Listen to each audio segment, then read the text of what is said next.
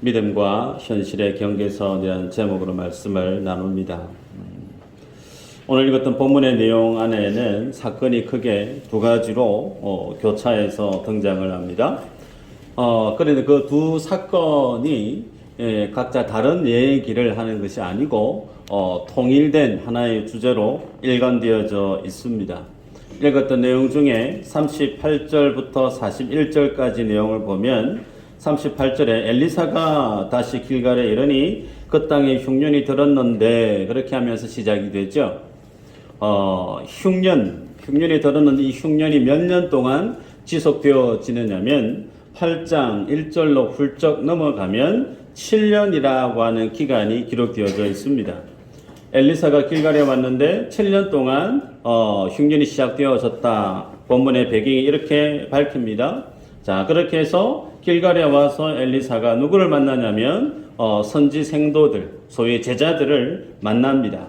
그래서 제자들을 만났는데 지금의 상황이 흉년입니다. 먹거리가 없죠. 당연히 제자들도 굶주리고 있었던 상황이죠. 그래서 제자들을 위해서 사환에게 얘기합니다. 큰 솥을 걸고 그 솥에다가 물을 붓고 국을 끓이라, 그렇게 얘기를 하는 거죠. 여러분, 제자들이 많다 보니까 일종의 제자들과 함께 정겨운 식탁을 대할 수 있는 식사 자리를 명한 것 같아요. 국을 끓이라 그렇게 되어 있지만 아마도 수프 내용이 아니었겠나 싶습니다. 여러분, 수프를 끓이려고 하면 물만 부으면 되나요? 아니죠. 그 안에 고기도 좀 들어가야 되고 혹은 각종 채소가 들어가야 풍미도 있고 맛도 살 것입니다. 그런데 마땅히 그 솥에 넣을 게 없는 거예요. 그래서 보다 못해 선지 생도 중에 한 사람이 채소를 구하기 위해서 밖에 나가서 솥에 넣을 게 뭐 없나 싶어서 찾다가 하나를 찾았습니다. 39절에 보면 덜호박이라고 하는 야채를 딴 거예요. 그래서 그걸 숭덩숭덩 썰어서 솥에 넣어서 끓였습니다. 끓였는데 다 되어져서 맛을 봤는데 맛을 본 사람이 바로 직감으로 느끼는 게 뭐냐면 그 솥 안에 독이 들어있는 거예요. 그걸 먹으면 사람이 크게 위험해지는 독이 있는 것을 보고 아무도 그 음식을 먹지 못하게 되었던 사건이 첫 번째로 소개됩니다. 여러분, 이 상황을 한번 생각해 보시면요. 오랜만에 스승 되신 엘리사가 제자들과 함께 반가운 자리로 가지고 식탁을 대하려고 합니다.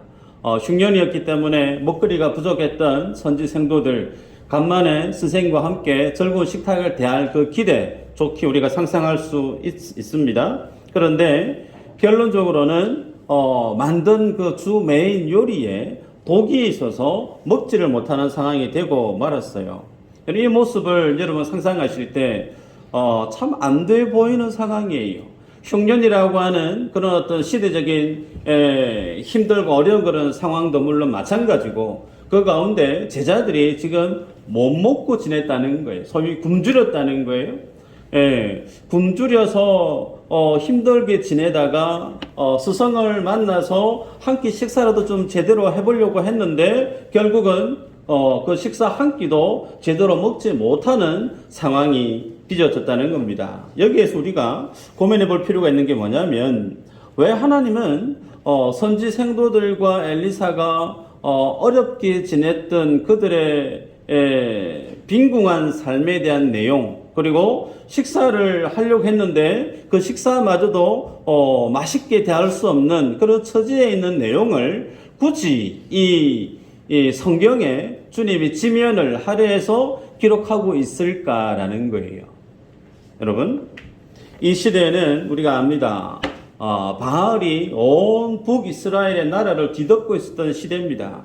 세상은 저마다 부자가 되고 자기 행복을 위해서, 자기 만족을 위해서 소위 세속적인 물질적인 삶으로 내달렸던 시대가 이 시대였습니다. 그래서 내가 행복해지고 내가 잘 살기 위해서는 하나님도 섬기면 물론 좋고, 근데 하나님보다 뭐예요? 바알을 더 섬겼던 시대입니다. 아세라를 섬겼던 시대예요. 다한과 베델에는 송아지 우상을 만들어 놓고 마음껏 손이 발이 되게끔 빌면서 우상을 섬겼던 그 시대입니다. 그런 시대에 흉년이 들었단 말이죠. 흉년이 들어서 저마다 모두가 다 힘든 시대에 가장 극빈층으로 내몰릴 수밖에 없는 사람들이 누구냐면 선지 생도들. 당연하겠죠. 예수님을 믿는, 하나님을 믿는 사람들이 없다 보니 주의 복음을 증거하려고 하는 사역자들에게 누군가가 그들을 공개해 줄 수 있는 그런 교회가 없다 보니 당연히 가장 가난한 사회의 가장 빈궁한 계층으로 전락되어져 버린 내용이 오늘 읽었던 첫 번째 모습이죠. 두 번째는 이 사건을 보면서 성경 독자들은 궁금해야 돼요. 뭘 궁금해야 되냐면 왜 하나님이 흉년을 들게 했을까라는 겁니다. 북이스라엘은 하나님의 언약이 있는 땅이에요. 그 땅의 백성들은 하나님이 구속함을 덧입었던 하나님의 백성들이 있는 땅이란 말이죠. 그런데 그 땅에 왜 흉년이 들었을까? 우리는 열왕기 상의 내용을 봤을 때에 앞서 엘리야 선지자가 있었던 가뭄, 그 흉년의 시즌을 압니다. 3년 6개월이죠. 그런데 엘리야와 엘리사를 비교해 보시면 엘리사가 항상 거진다 2배입니다. 그래서 흉년의 기간도 8장에 보면 7년으로 기록되어져 있죠. 2배입니다. 그럼 그 말의 의미는 뭘 뜻하는가? 엘리야 시대에 3년 6개월간 그 땅에 기근이 임했던 이유는 북이스라엘이 상당히 하나님 앞에 죄를 범했던, 마치 아합 왕이 하나님 앞에 불의함을 향해 내달렸던, 하나님을 떠나버렸던, 언약을 배신했던 그들의 죄에 대해서 하나님이 징계의 의미로 3년 6개월 기근을 허락했다라고 하면 오늘 본문에서 7년이라고 하는 그 시간이 뜻하는 의미는 곱하기 2라는 거예요. 소위 북이스라엘이 더 하나님 앞에 이전보다 엘리야가 살았던 그 시대보다 더 악했던 시대라는 겁니다. 더 하나님의 말씀을 떠나버리고 자신의 생각대로만 열심히 죄를 향해서 내달리고 있는 상황을 이 기근이라고 하는 7년의 기근이라고 하는 상황을 두고 주님이 그 땅에 북이스라엘의 영적인 사실, 영적인 실체적인 모습을 그대로 들춰내고 있음을 보게 됩니다. 그 가운데 오늘 주님이 그렇게 죄 가운데 타락으로 하나님의 심판으로 내달리고 있는 그들의 영적인 실상, 그 모습을 성경 독자들에게 고발하듯이 들춰내기 위해서 주님이 들어서시는 사람들이 누구냐면 선지 생도들인 거예요. 오죽하면 선지 생도들이 하나님의 말씀을 맡아서 복음을 증거해야 될 그들이 굶주리고 있다는 거예요. 굶주리고 있고 그 굶주림을 해결하기 위해서 뚜껑을 열었는데 집에 먹거리도 없는 거죠. 그래서 포도마트 한 사람이 앞치마 들고 나가서 야채를 가지고 와서 서로 넣었는데 그것조차도 먹거리가 되지 못하는 독이 있는 음식을 만들어야만 했던 이 참담함을 그 북이스라엘의 영적인 사실을 그대로 이 선지 생도들의 식탁을 대하는 모습을 통해서 주님이 상징적으로 보여주고 있다는 거죠. 여러분, 아담과 하와가 선악과 범죄를 했습니다. 하나님이 그 행위 언약에 대해서 불순종했던 그들의 죄에 대해서 주님이 벌을 주시죠. 아담만 벌 받았던가요? 하와만 벌 받았던가요? 아니에요. 아담이 하나님 앞에 불순종한 결과로 온 세상이 죄에 오염되어지고 맙니다. 그래서 땅에서 뭐가 일어나죠? 엉겅퀴가 일어나는 겁니다. 가시가 일어나는 거예요. 마치 그와 동일합니다. 오늘 이 본문에서는 이스라엘 백성들이 자신의 행복을 위해서 자신의 만족을 위해서 열심히 살아가는 그 삶의 모양은 하나님의 언약과는 상관이 없었다는 거예요. 바알을 섬기고 아세라를 섬기고 세상에 우상을 향해 내달렸던 그들, 그래서 그들이 살고자 하는 그 모든 열심을 통해서 만들어내는 것이 뭔지를 오늘 선지 생도들의 식탁을 통해서 보여줍니다. 그게 뭐죠? 먹으면 죽는 독을 만들고 있다는 거예요. 내가 잘 살기 위해서, 내가 행복하기 위해서 뭔가를 열심히 해서 수고하고 만들어내는데 하나님의 언약을 떠나버린 그 모든 수고와 열심의 결과물이 죽음에 이르는 독을 만들어낸다는 사실을 본문이 우리에게 보여줍니다. 그러면 이러한 내용을 두고 본문에서 엘리사 선지자가 어떻게 그 문제를 해결하는가 41절 이후로 보면 기록하기를 엘리사가 이르되 그러면 가루를 가져오라 하여 솥에 던지고 이르되 허다가 무리에게 주어 먹게 하라 하매 이에 솥 가운데 독이 없어졌다 그렇게 얘기합니다. 독이 있는데 독이 있나? 가져와 봐봐. 그러면서 가루를 줘서 가루를 그 솥에 넣었는데 어떻게 됐다는 거예요? 솥 안에 있었던 그 독이 중화되어져서 해독이 되어졌다는 겁니다. 그럼 여기에서 질문이에요. 엘리사가 줬던 그 가루는 특효약이었던 가루였을까? 뭐든지 넣으면 독이 다 없어져 버리는 그런 만병통치약에 해당되어지는 그런 가루였을까? 그거 아니죠. 원문에 보면 그냥 굵은 가루를 빻아 만든 가루, 곡식 가루임을 기록하고 있습니다. 뭘 뜻하고 있는가, 이 가루가? 여러분, 이 엘리사의 행동과 가루가 주는 교훈이 있습니다. 뭐냐면, 인생이 살고 죽는 문제가 독이 든 수프를 먹었기 때문에 사람이 고생하고 죽는 거, 그게 아니라는 거예요. 사람이 이 땅에서 열심히 살기 위해서 열심히 열매를 수확하고 애쓰고 수고하는데 그것 때문에 인생이 잘 살 수 있는가? 그거 아니라는 거예요. 오늘 이 본문이 첫 번째 사건이 우리에게 보여주는 것은 표면적으로는 인생이 죽을 수밖에 없는 것은 독 때문에 죽는다. 표면적으로는 극한 흉년이 들었기 때문에 인생이 가난해져서 힘들어서 죽는다. 그렇게 표면적으로는 들춰내고 있지만 그거 아니죠. 심층적으로 본질적인 내용은 뭡니까? 하나님의 말씀을 떠났다는 거예요. 하나님의 언약을 떠나버린 그 모든 결과물이 바로 죽음을 이르게 하는 독을 만든다는 사실을 보여줍니다.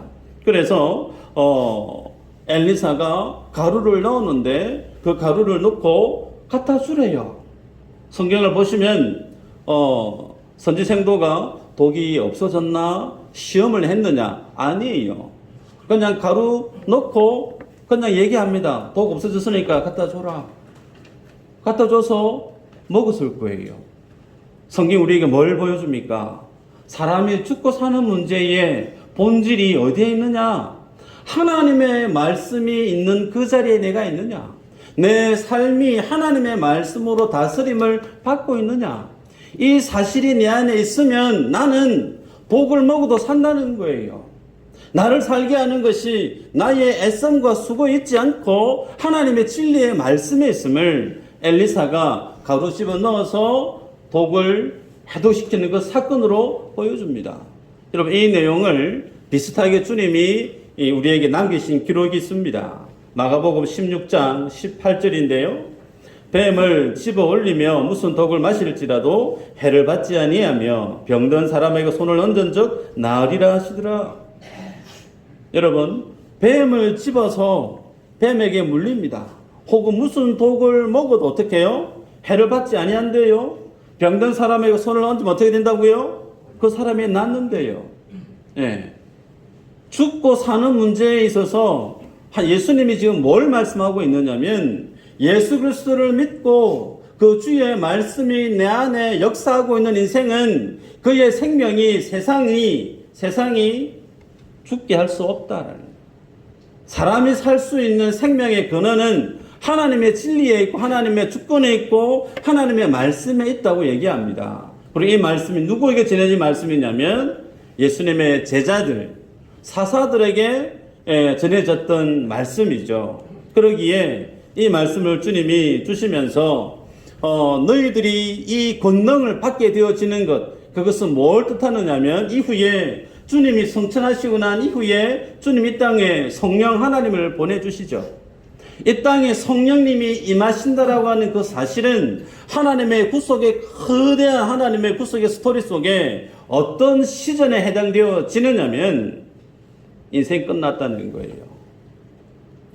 이 땅에 하나님의 성령이 부음받아졌다라고 하는 것은 요엘 선지자가 얘기하는 것처럼 하나님의 구속의 때가 이제 끝에 왔다는 거예요. 우리는 지금 그 끝자락에서 살아가고 있습니다.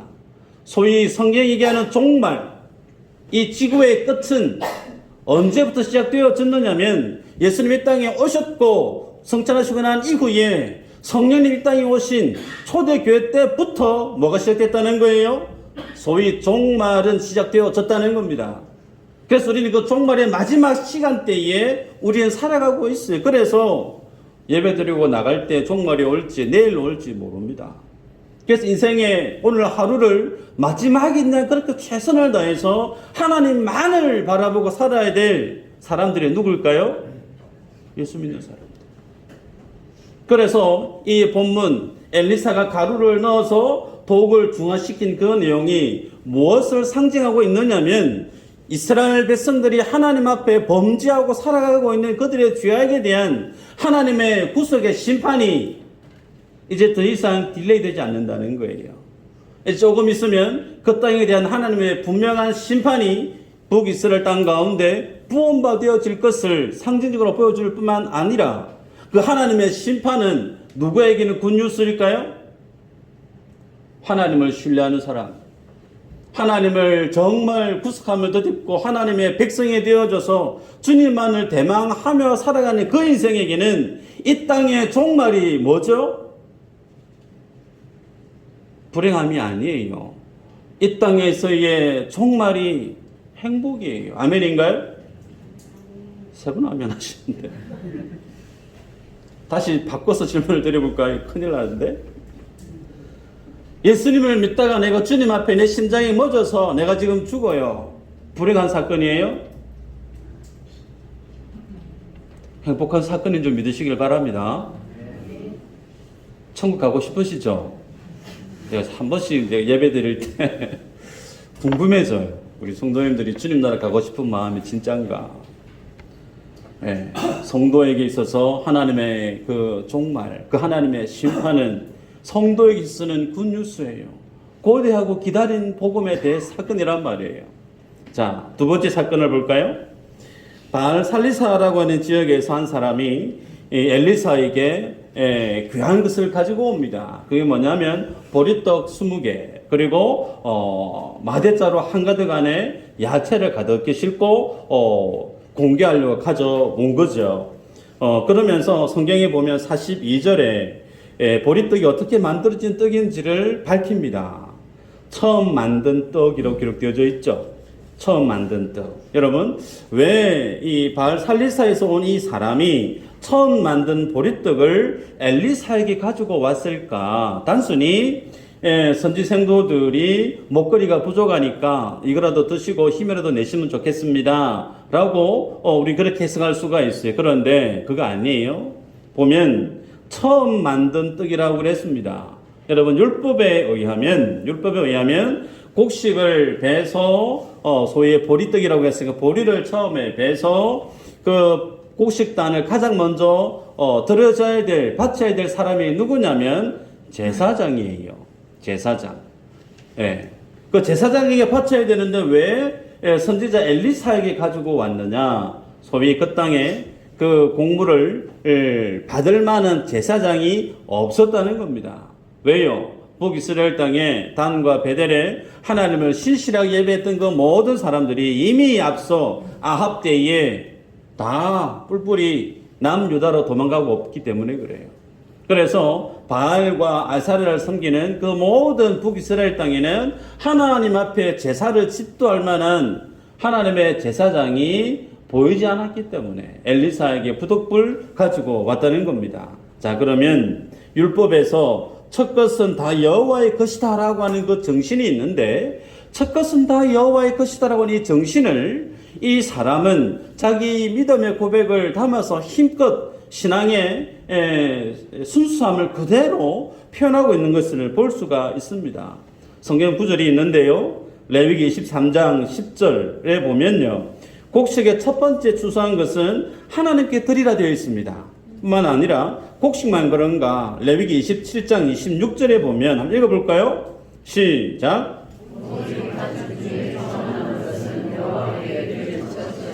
네, 여기까지만 할까요? 곡식 더하기 가축도 하나님 앞에 첫 것은 드리라 그렇게 되어져 있죠. 왜 하나님은 이 첫 것에 대해서 강조를 하실까? 이 첫 것의 의미 안에는 무엇이 결부되어져 있느냐면 11조의 의미가 함께 결부되어져 있습니다. 자, 명확해지는데요. 레위기 27장 28절 한번 읽어볼까요? 시작.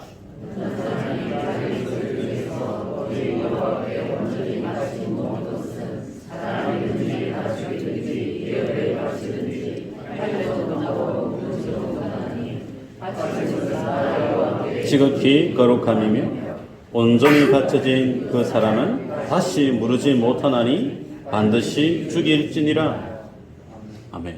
여러분 여기 보면요, 하나님께 바쳐진 거, 하나님께 드려진 거, 그거 다시 돌려주세요 라고 하면 율법에 의하면 그 사람 죽이래요. 하나님이 하나님께 바쳐진 것은 이미 뭐라고 얘기하냐면 하나님의 소유래요.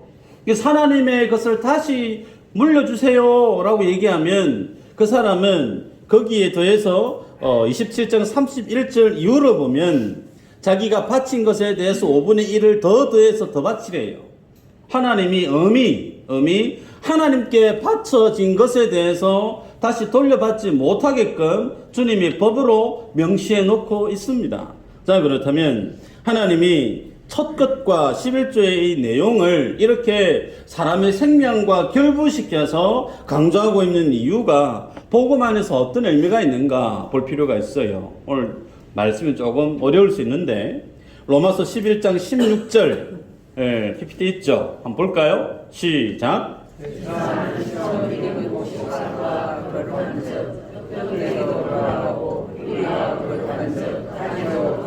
아멘. 자, 여러분요, 곡식가루가 거룩하다라고 하는 것은 원래 곡식가루가 거룩해서 거룩한 게 아니고요, 그 곡식가루가 이미 어떻게 해요? 하나님께 바쳐졌기 때문에 거룩한 겁니다. 그래서 바쳐진 가루를 통해서 떡을 만들었다. 그러면 그 떡도 뭐하다는 거예요? 당연히 거룩하다는 겁니다. 그래서 하나님 앞에 그 뿌리가 거룩하기 때문에 그 가지도 거룩하다. 소위 예수님을 믿어서 하나님의 자녀가 된 인생은 내가 거룩한 것이 아니고 내가 누구에게요? 예수 그리스도와 연합되어졌기 때문에, 소위 예수님께 내가 접붙어졌기 때문에 내가 거룩해졌다, 그렇게 말씀을 합니다.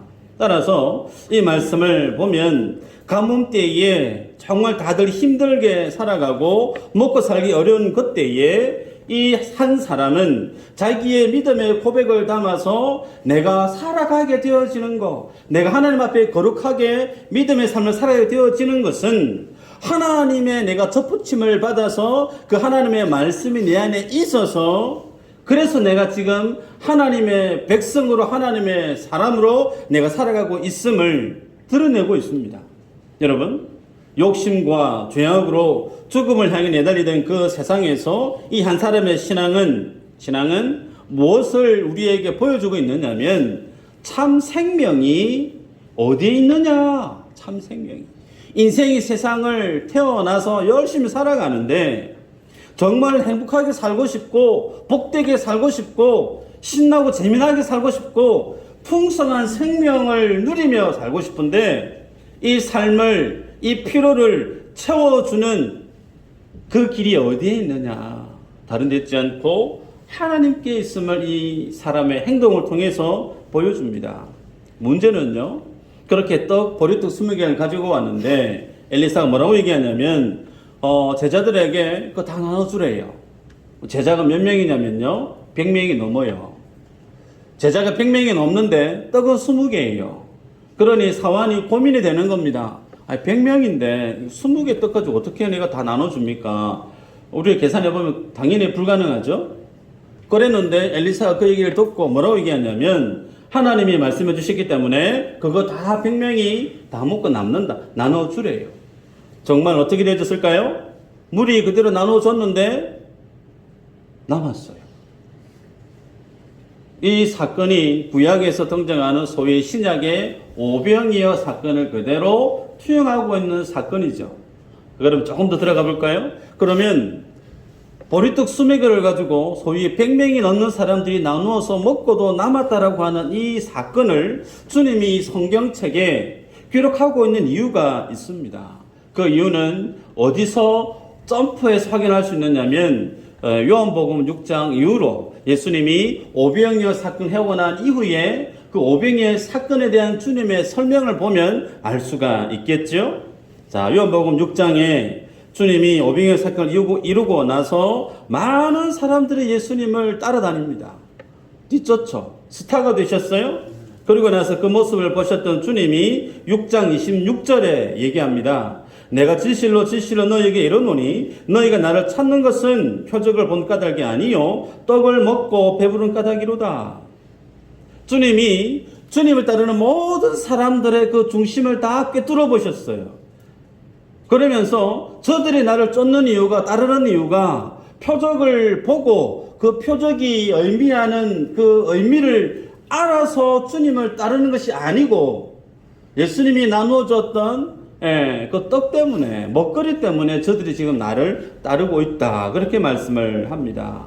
뭘까요? 주님은 지금 오병이어 그 표적을 행하시고 나서 그 표적을 행한 의도가 내가 누구냐라는 것을 보여주고 있어요.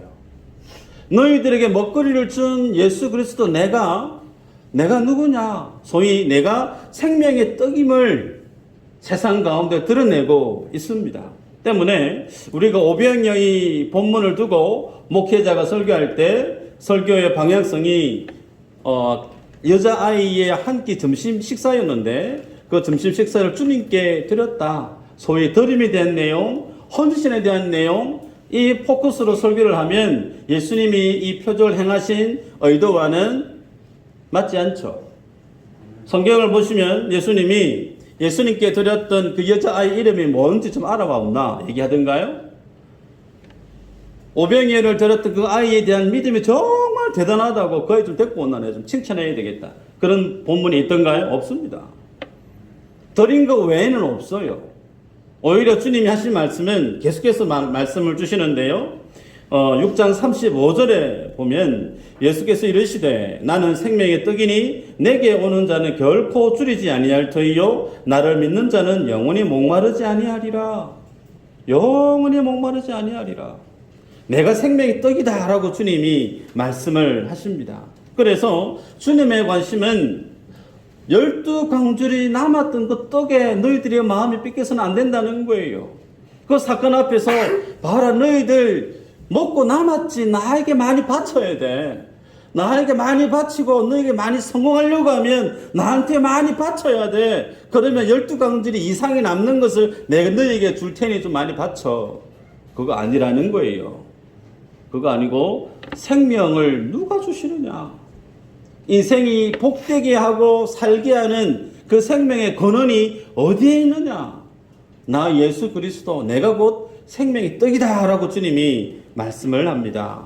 그래서 오늘 본문에서 바알살리 사이에 한 사람의 순종, 그리고 선지 생도들이 이 독이 든 스프를 중화시켜서 먹는 이 내용은 우리에게 뭘 보여주고 있느냐면요, 하나님의 언약을 떠나서 내 열심으로, 내 노력으로 살아가고자 하는 인생에 부질없는 어리석은 믿음의 그 모습을 덜쳐냄과 동시에 하나님의 복을 누리고 하나님의 생명을 받는 원리는 이 한 사람의 믿음의 모습에 있음을 대조적으로 비춰주고 있습니다.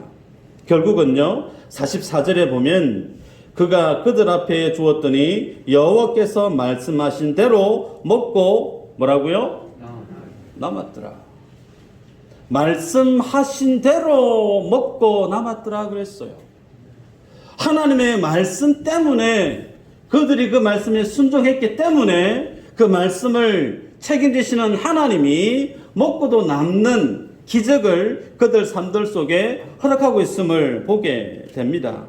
그러기에 여러분, 이 말씀을 보면서 우리는 아셔야 될 사건이 있습니다. 사람이 먹는 거, 먹고 사는 거, 그것은 생명과 직결되어져 있죠. 못 먹으면 죽죠. 사람 죽습니다. 그런데 그 생명과 직결되어져 있는 것이 먹는 문제와 직결되어져 있는데, 그 먹는 것을 위해서 북이스라엘 사람들은 하나님의 언약과 상관없이 살았다는 거예요. 그런데 하나님은 그거 아니라는 겁니다. 하나님과 상관없이 열심히 살아서 만들어내는 거, 그거 독이라는 거예요. 결국은 죽음을 벗어날 수 없다, 그렇게 말씀을 합니다. 그래서 주님은 우리에게 도전합니다. 하나님 앞에 언약으로 나오라고. 하나님의 약속의 말씀 앞에 나오라고. 하나님 떠나서 너희들이 애쓰고 수고하여 만드는 그 모든 것들, 죄고 죽음이고 죽게 하는 독을 만드는데, 그런 자리에 너희가 있다 할지라도 너희들 내게로 돌아오라고 주님이 권면하십니다. 여러분, 이 말씀을 보시면서 이제 나에게 질문을 던져보십시다. 이것이 우리에게 주시는, 하나님 주시는 진리예요. 이것이 주님 우리에게 주고자 하는 정말 말씀에 대한 진수입니다. 그러면 나는 2023년 이제 6월 달인데요. 6개월이 훌쩍 지나고 있습니다. 이제 남은 6개월 남았습니다. 그죠? 그 시간 동안에 내 삶의 뿌리를 어디에 두고 살았는가 고민해 볼 필요가 있습니다. 나는 정말 하나님의 진리의 말씀 위에 내 삶의 뿌리를 든든히 받고 살아온 것이 맞는가? 아니면 믿음은 믿음이고 신앙생활은 교회에서만 열심히 하는 거고 세상에서는 세상 사람들이, 예수 안 믿는 사람들이 살아가는 삶의 방식 그대로 나도 같이 행하면서 교회 안과 교회 밖의 모습이 판이하게 달랐던, 믿는 것과 행하는 것이 정말 판이하게 달랐던 그런 삶으로 내가 살아가고 있지는 않았는가? 여러분, 갈라디아서 6장 6절 이후로 주님 우리에게 하시는 말씀이 있어요. 사람이 무엇으로 심든지 그대로 거두리라. 불변의 하나님의 원칙입니다. 불변의 원칙이에요. 하나님이 이 땅을 만드시고 하나님 이 땅을 세워 가시는 하나님의 변하지 않는 원칙, 뭐라는 거죠? 심는 대로 거둡니다. 농사해 보신 분들은 맞지, 당연하지. 콩 심은 데 콩이 있어야 되는데, 콩 심은 데 콩나고, 팥 심은 데 심는 대로 거둔대요. 그럼 우리가 뭘 심어야 될까요? 사도 바울은 심는 것에 따라서 그 결과물이 다르다고 얘기합니다. 말씀을 보면요, 8절 준비되어 있나요? PPT 갈라디아서 6장 8절 한번 보십시다. 시작.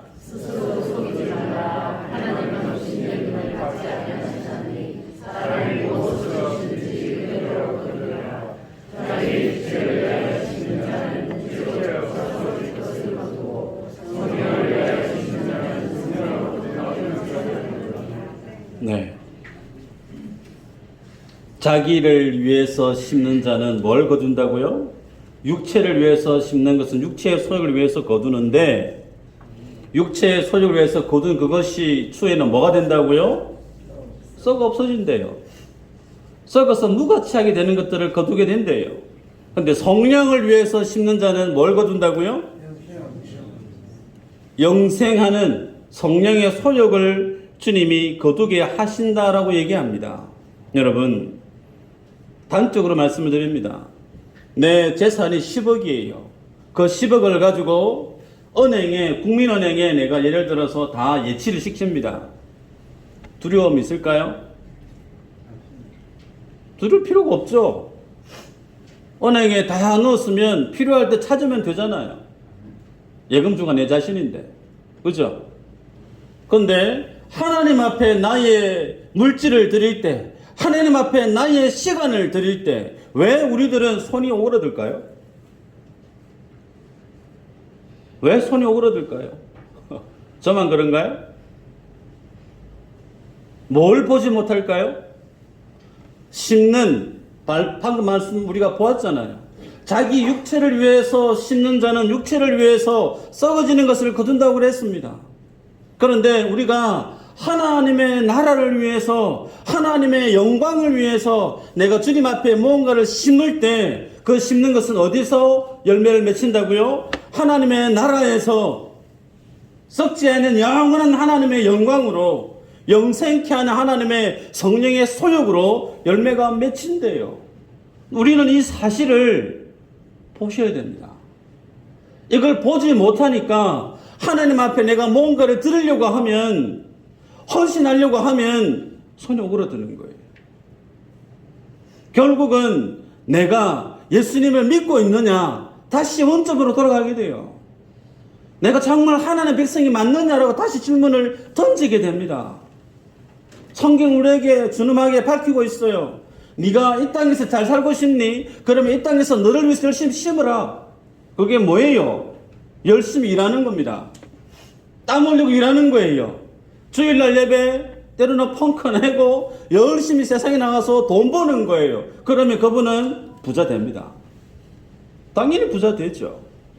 그런데 거기에 부자 되는 것이 내 인생의 목적이 아니고 하나님의 자녀답게 하나님의 나라를 소유한 하나님의 백성으로서 내가 이 땅 가운데 평생을 살기를 원한다라고 하면 그 사람은 어디에 심는다고요? 하나님의 나라에. 그러면 교회에 오셔서 여러분이 충성합니다. 교회에 오셔서 여러분이 열심히 헌신을 해요. 그 심는 목적이 어디에 있죠? 내가 이 땅에서 부자 되어지고 이 땅에서 내 자식들 잘 되고 그거 필요한 거예요. 그거 맞습니다. 부인하는 거 아니에요. 근데 그렇게 그런 목적으로 내가 주님 앞에 뭔가를 심게 되어지면 어떤 걸 거둔다고요? 육체를 위해서 썩어지는 것들을 거둔대요. 구분하셔야 됩니다. 하나님의 나라를 위해서 내가 열심히 충성했다. 다른 사람 몰라줘도 인정하지 아니해도 내가 하나님을 위해서 내가 열심히 내 물질을 내 에너지를 시간을 다 쏟아부었다. 그럼 그거 어디서 찾으셔야 돼요? 하나님의 나라에서 찾으셔야 돼요. 물질에 있어서 이 구분이 내 안에 명확하게 서 있어야 됩니다. 주님께 바쳐놓고 다시 물러주세요. 안 된대요. 그 사람의 생명을 주님이 취하시겠대요. 말씀을 맺습니다.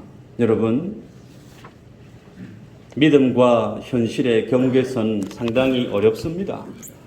주님 우리에게 주시는 메시지의 진리의 말씀은 여기에 있는데 그 말씀 앞에 나의 믿음의 모습은 그 말씀을 다 수납하지 못하고 현실의 어려운 상황 속에 같이 겸하여 발을 담그고 살아가니까 내가 어느 삶의 패턴에 살아가야 될지 어려워서 헷갈려하면서 힘겨워하는 인생들이 종종 있습니다.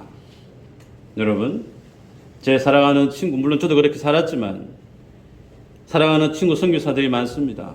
우리 교회에 후원하고 있는 선교사님들도 계세요. 그분들 자기 집이 없습니다.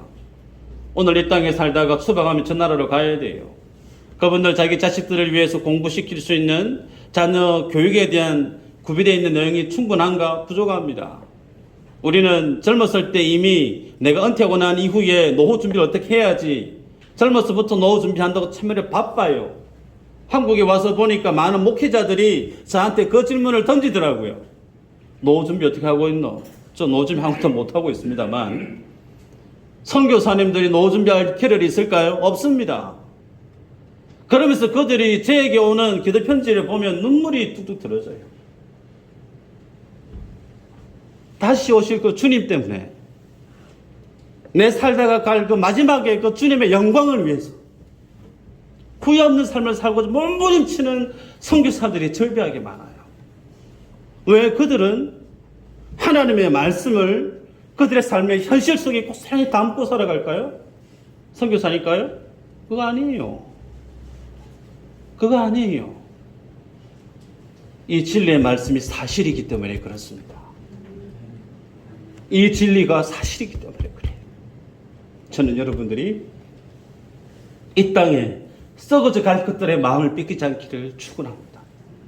영원한 하나님의 그 나라의 마음을 뺏기시고 영원한 그 하나님의 진리 앞에 거룩한 욕심을 좀 품을 수 있는 믿음의 부유한 자들 되시기를 주의 이름으로 축복해요. 기도하겠습니다. 아버지 하나님, 우리를 하나님을 예배하는 자로 부르셔서 감사합니다. 믿음이 없어서, 믿음이 부족해서 주님이 우리에게 구원해 주셨고 생명 주셨고 건강 주셨고 하나님을 좋게 예배할 수 있는 모든 것을 주셨음에도 여전히 내 마음의 중심은 그 하나님의 진리나 하나님의 영원한 나라나 하나님의 말씀에 거하지 못하고 여전히 이 땅에 썩어 없어질 것들의 마음을 뺏기고 함께 세상에 불타 없어질 것들에 내 마음을 집중하고 있는 나의 믿음 없는 삶의 현실을 주 앞에 부끄럽게 고백합니다. 그러기에 아버지 하나님, 우리의 마음을 다스려 주시옵소서. 믿음 없는 자리에서 믿음이 있는 하나님의 백성으로 변화시켜 주옵소서. 그 믿음을 주시기 위해서 하나님의 보좌를 버리셨고 그 처참한 십자가의 중한 중벌을 주님이 친히 감내해 내셨고 그 하나님의 영원한 성령께서 우리에게 친히 내주하셔서 이 거룩한 믿음의 삶을 살게끔 쉼없이 말할 수 없는 탄식으로 우리를 그 믿음의 자리로 이끄시는 여호와 하나님, 우리가 그 믿음의 사명을 충실히 감당할 수 있는 하나님의 예배자들 다 되어줄 수 있도록 주님 역사하여 주옵소서. 감사하고 예수님 이름으로 기도하옵나이다. 아멘.